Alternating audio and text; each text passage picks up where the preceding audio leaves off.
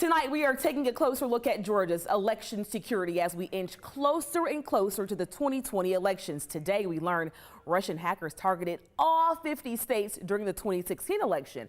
Ryan Crooker joins us now. So, Ryan, you've been digging into this story since the very beginning. Yeah, Aisha, and experts tell me Georgia's election system was vulnerable in 2016. Everything from the voter rolls to the login codes for the machines that actually count the votes. All of them were open for an experienced hacker to find. And tonight, we've learned some shocking new allegations about what happened next.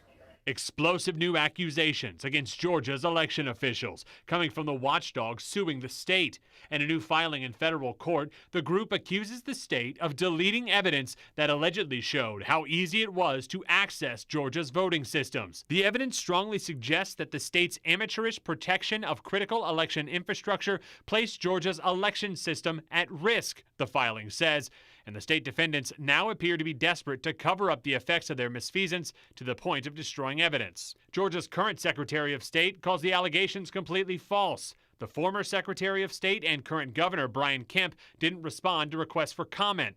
Now, this all comes after we learned the Russian government's attempts to infiltrate elections stretched much further than we ever knew. A 67-page, heavily redacted report released by the Senate Intelligence Committee says Russian hackers targeted all 50 states in some way.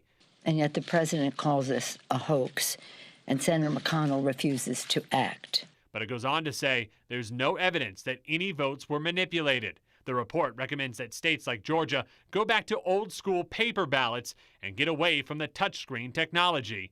Some security experts agree. There are disadvantages to introducing the technology that you don't have with paper ballots. And while Governor Kemp did not comment for this story, he has previously argued that paper ballots are easier to manipulate than those touchscreen machines that do not have a paper trail.